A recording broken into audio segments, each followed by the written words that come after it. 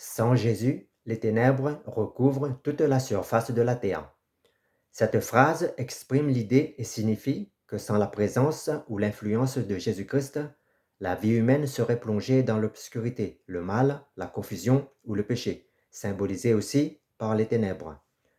Selon Jean 1, versets 4 à 5, déclare que Jésus est la lumière qui luit dans les ténèbres de notre cœur, de notre âme, de notre morale. Beaucoup de lumière dans le monde essaie d'éclairer le monde, mais elles sont perverties, enchaînées, manipulées par les ténèbres et rendues sans force pour changer la nature mauvaise des hommes. Mais Jésus est la véritable lumière qui éclaire le monde et dissipe l'obscurité spirituelle et morale en nous. Lorsque Jésus rendit l'esprit, les ténèbres recouvrirent de nouveau toute la surface de la terre. Cela signifie que les ténèbres reconnaissent en Jésus la seule lumière véritable, capable de les détruire. L'ennemi numéro un des forces de ténèbres, c'est Jésus, et il n'y en a pas d'autre. Lorsque Jésus rendit l'esprit, il y avait sur la terre d'autres lumières, d'autres religions, d'autres sagesses, d'autres morales. Mais pourtant, ces lumières, ces pseudo-vérités, n'ont pas pu empêcher les ténèbres de recouvrir la terre. Les ténèbres sont incapables d'arrêter, de stopper, d'enchaîner la lumière véritable. La mort a essayé, mais elle a été vaincue.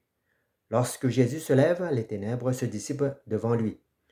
Dans Jean 8, verset 12, Jean 1, verset 4 à 5, Isaïe, verset 60 à 2, ces versets nous enseignent que sans Jésus, les hommes sont dans l'obscurité spirituelle, perdus et séparés de Dieu. Jésus est la lumière divine qui fait irruption dans un monde plongé dans les ténèbres du péché, de la souffrance et de la mort. Autrement dit, suivre Jésus, c'est sortir des ténèbres pour marcher dans la lumière et de bénéficier de sa vie, de sa paix et de son amour, selon Éphésiens 5, verset 8. Sans Jésus donc, la dimension spirituelle de la vie humaine resterait dans l'obscurité. La lumière que propose Jésus débouche sur une nouvelle naissance, c'est-à-dire un passage de la nuit à la clarté. La venue de Jésus est essentielle pour recouvrir tout homme et recouvrir la terre d'espérance et de force pour affronter les ténèbres de nos mauvais sentiments. Jésus est l'ennemi des ténèbres. Nous les croyants et normalement éclairés par la parole de Dieu, regardons autour de nous et dans notre cœur. Nous pouvons apercevoir l'ombre du mal, du désespoir, qui agit dans le cœur des hommes et dans notre société. La Bible nous enseigne que sans Jésus, ces ténèbres sont partout et aucune personne n'est à l'abri. Mais Jésus nous a fait la promesse extraordinaire, celui qui le suit ne marchera pas dans les ténèbres, selon Jean 8, verset 12. Premièrement, Jésus est bien plus qu'un homme inspiré ou un guide moral. Jésus est la révélation suprême de Dieu à l'humanité. Et Jésus est la révélation suprême qui nous révèle le Père. À plusieurs reprises, la parole nous rappelle comment Dieu a parlé autrefois par les prophètes, mais qu'il se révèle pleinement en Christ, selon Jean 1, versets 4 à 9. Deuxièmement, la Bible parle des ténèbres, comme un lieu du péché, de l'ignorance. Ce lieu, c'est notre cœur, notre âme. C'est dans cette terre, ce jardin, que les ténèbres agissent.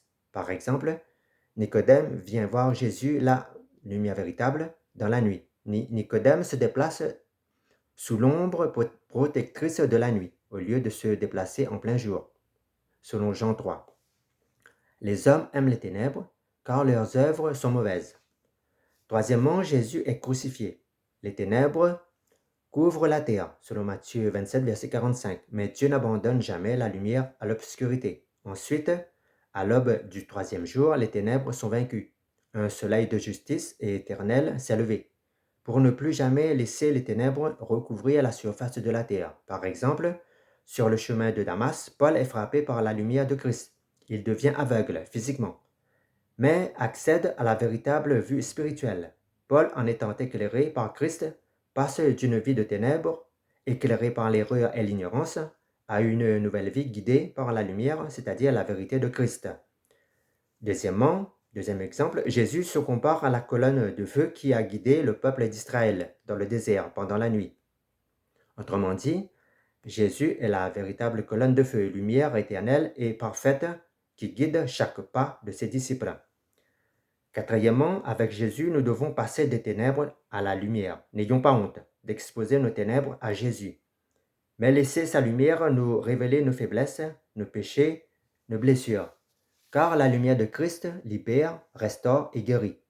Suivre Jésus, c'est suivre quotidiennement sa lumière qui se manifeste dans l'amour, dans la vérité, la justice, dans nos décisions quotidiennes. Selon Matthieu 5, verset 14, Jésus nous appelle aussi à notre tour à être la lumière du monde. Autrement dit, nous devons être des représentants de la lumière de Christ dans le monde, refléter sa lumière, apporter la clarté dans des situations obscures autour de nous. Conclusion, la lumière de Jésus est plus forte que toutes les ténèbres, même les plus épaisses. Cette lumière n'est pas venue pour condamner, mais sauver, guider et transformer notre cœur, notre vie. La lumière de Christ nous permet de voir, de comprendre et d'aimer au-delà des illusions, des apparences et des peurs. Recevoir la lumière de Christ donc signifie ouvrir notre cœur, lâcher prise sur notre ego, nos jugements, nos colères et nos peurs. C'est renoncer à notre propre volonté pour obéir et se soumettre à la parole de Dieu. Les ténèbres représentent l'absence de lumière, de direction, d'objectifs, de projets, etc. Elle est synonyme d'aveuglement intérieur, comme un avion privé de radar ou de GPS. Mais les ténèbres ne représentent pas une limite infranchissable, mais plutôt une étape, un lieu de passage inévitable, où on doit appeler par la foi et laisser surgir en nous la lumière véritable pour marcher dans la lumière. Sur la terre, dans le monde, Jésus-Christ est la lumière véritable qui brille au centre des ténèbres. Il est le point central de l'univers, de la création, de notre vie. Plongé dans un espace obscur, Jésus est la source divine où tout converge. Il est la lumière, le chemin qu'on doit emprunter pour remonter à cette source ultime d'amour et de vérité, inébranlable, où le Père, le Dieu véritable et unique, se révèle au cœur même du chaos.